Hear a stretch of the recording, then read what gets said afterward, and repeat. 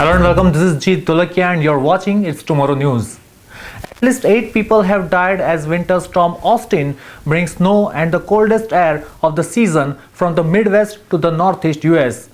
The west affected area was Northwest England, where flights and rail services have been hit by delays and cancellations. Icy conditions have also caused travel disruption to some parts of the county following snowfall across the UK. A windy advisory has also been issued for southern portion of Fairfield, New Haven and New London counties.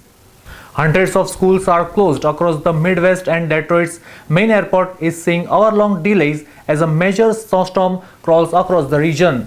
The National Weather Service issued weather advisories and warnings across several northern US states on Wednesday, from the Dakota to Michigan and much of the Northeast. Icy roads are being blamed for numerous accidents in Clarion and Jefferson counties in Pennsylvania on Wednesday morning. Forecasters say up to 10 inches of snow could fall in parts of Wisconsin, where dozens of schools are closed. Hundreds more schools and several universities canceled classes in Michigan, Kansas and Missouri.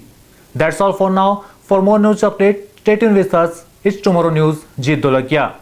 If you like the video, please like, share and subscribe.